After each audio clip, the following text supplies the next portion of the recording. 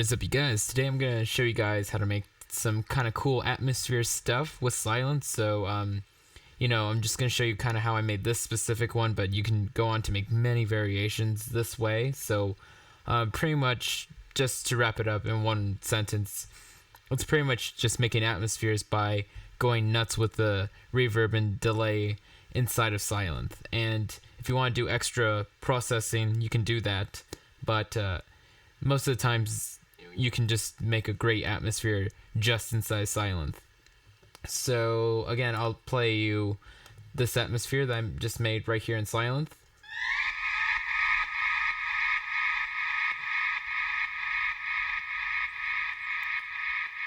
And a big part of it is also automating the cutoff, so I'll show you how to do that also if you don't know how to do that. And it's kind of reminiscent of like those dead mouse atmospheres that kind of just filter out and fade away, but they're still always there.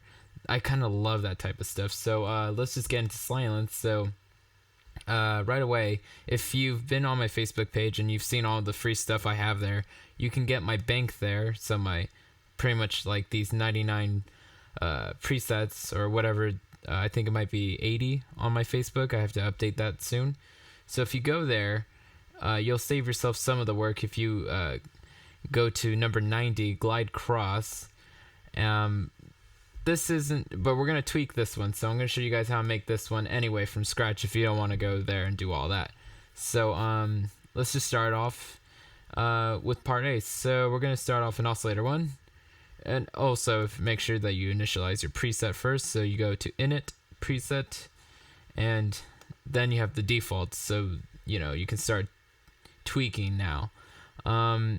So what we're going to do is we're going to set the state voices. We're going to have a saw wave and we're going to put our pan kind of to like negative 3.14. Stereo up all the way. Detune is at like 3.38. Phase and volume are where they are by default. There's a little bit of fine tuning at negative 0.5. And let's move on to oscillator 2. So we're going to fix the pan to be the opposite of the other oscillator. So we're going to put this on 3.14 positive. 8 voices saw, so it's pretty much the same thing.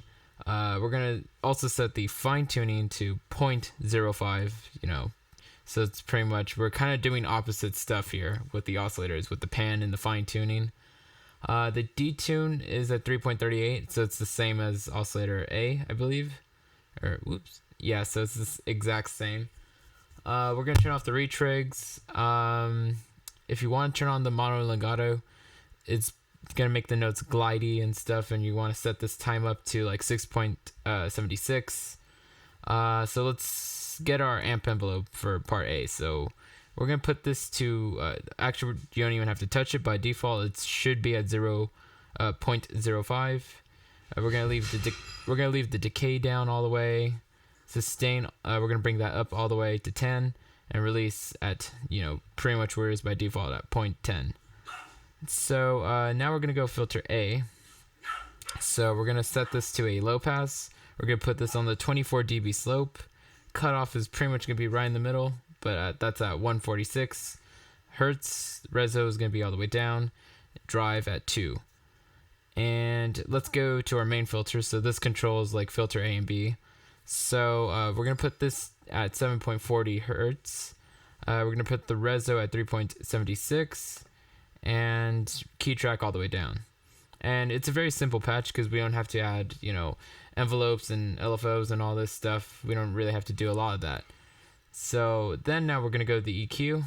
And, I just bring the bass to around 5.5 dB. Bass frequency at 60. Treble at 9 dB. And treble frequency at like around 1,800K around there.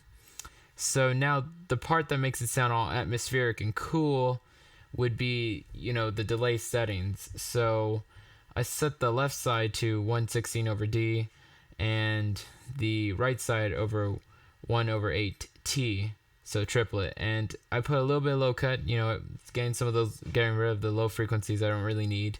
And same with the high cut, just getting rid of some of the high stuff that's not really necessary. And ping pong, we're going to leave that on because ping pong delays are really cool for this kind of stuff. Smear, we're going to leave that all the way down. I played with this and I either really loved it up all the way or down all the way, and maybe found some nice sweet spots in here, but I feel like with it all the way down it's more clean and easier to digest and to mix and to keep it really simple. Less is more sometimes, so I left that down. And the spread, feedback, and width, I brought all three of those parameters all the way up, and then the dry wet was at 60% around there. And then with the reverb, I just brought the pre-delay all the way down, damp all the way up. Size, I brought that up to 8.74, width to 100%, and dry wet at 82%. So this is a very wet sound in terms of like the delay and reverbs. They're up pretty high, so I think 60% delay and like 80% reverb. And then the compressor, I just turned it on. I didn't really change anything here. So let's see, part B. Okay, so there was a part B. I just assumed that there wasn't. So part B looks very similar to part A. I think we're going to be able to just copy and paste stuff. So let me just quickly check.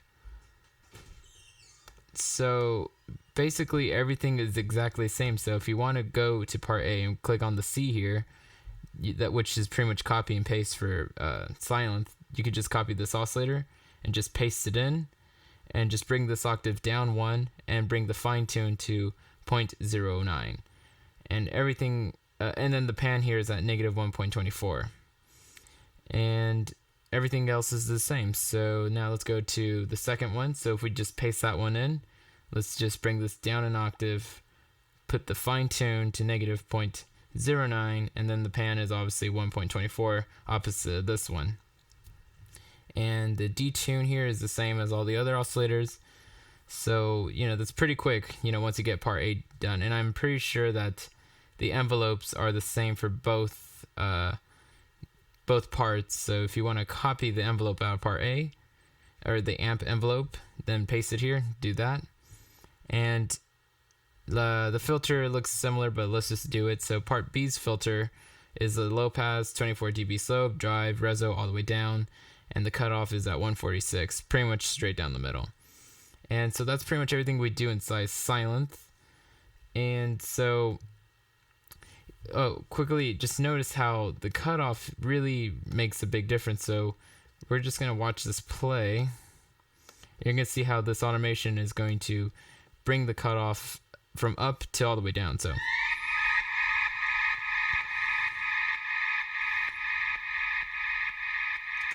So it's really cool to do that with the cutoff, and it's really just like opening the sound up and then just kind of fading it down, and it's really awesome. And I'm also kind of playing these like type of chords.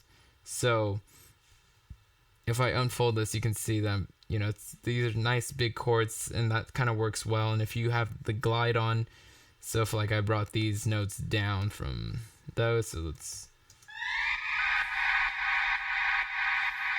you can hear that glide kind of just kick in. And then I have this side chaining heavily to my kicks so that it kind of has that breathing, pumping breath kind of movement. So it's really cool to do that type of stuff. Because without the side chain, it doesn't have that movement.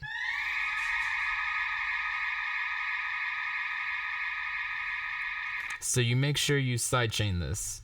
And like I said, for those of you guys that are a little bit newer to Ableton, to automate the cutoff, what you would do if you want to do, you can click on configure on the plugin right here, and then click on where the hell is the cutoff? Right here. So that way you can just have the cutoff here, it'll show up here, and then once you click on the parameter here, then it shows up in this lane, and you can grab the pencil tool or press Command B or Control B if you're on PC, and then you can just draw it in.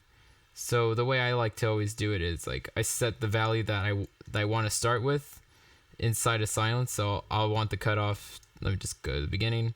So I'll want the cutoff to start there. So then I'll grab my pencil tool here and draw the opposite all the way at the bottom, and then I'll just unclick the pencil tool and then just kind of draw it in. And then if you hold down Option, if you're in Ableton 9, you can, make it curvy and such, so you can have curve automation, which is really useful.